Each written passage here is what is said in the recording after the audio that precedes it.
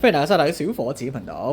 Bitcoin 嘅勢幾唔錯喎，咁但係咧同時間見到一啲唔好嘅信號啦，包括呢個死亡逆向Bitcoin 價格上升咧，但係流動性開始下調，咁所以大家唔好咁進取啦。錄影時間咧就係2024年7月29號下晝嘅5點26分星期一㗎啦。Bitcoin 做緊69,500嘅，咁呢條片都非常優先。如果想早啲睇到非常免費就一定要啦。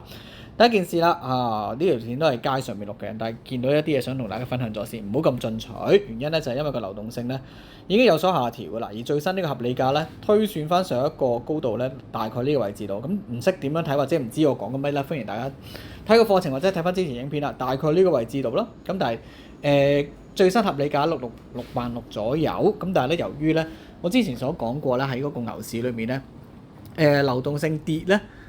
相對上都冇咁強勢嘅，即係話冇咁容易估到嘅。相對上咧，流動性升嘅話咧，Bitcoin 呢個價有時升突都未定，咁所以咧回調咧，即係流動性回調咧就唔好太過都係要參考啦。咁但係個參考力咧就冇呢個升咁緊要。咁如果合理價嚟講咧如果用翻之前嗰個流動性嗰個區間咧，大概66000咁咯。咁如果咧真係可能保守少少，有啲人話咩個合約槓桿咧，如果你真係目標價咧，可能就係去翻67000左右，或者67500咧，或者比較穩陣少少嘅價。要睇翻呢個叫做對上一次再對上一次嗰流動性嘅比較啦，再對上一次拉翻落嚟。咁頭先就呢個大概呢個位置度啦，66000再低少少嘅流動性，有冇見到低少少？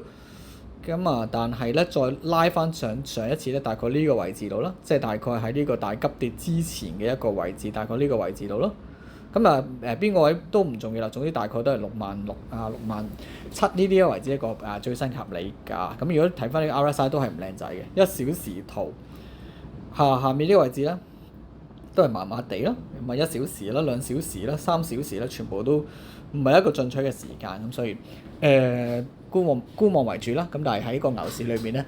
流動性回調就冇咁即係大個吸引力咧去做嗰個合約槓桿嘅。如果真係要做嘅咧，信心大少少咧，有3個條件啦，包括係 RSI 好低啦，咁同時間咧 MACD 好低啦，有個黃金交叉啦，再加埋流動性咧有個急升咧，加埋幣價咧有所下跌咧，就係一個比較完美啲入市位置，就好似上次呢個位置咁啦即係呢個位置幾流動性急升啦，跟住咧等陣先呢個位置流動性急升。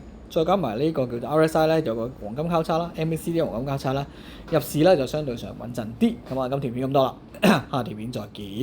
咁一句説話啦，就係最新合理價咧，可能去66000、67000左右。咁睇下嗰個流動性嘅最新發展啦。下條片見，拜。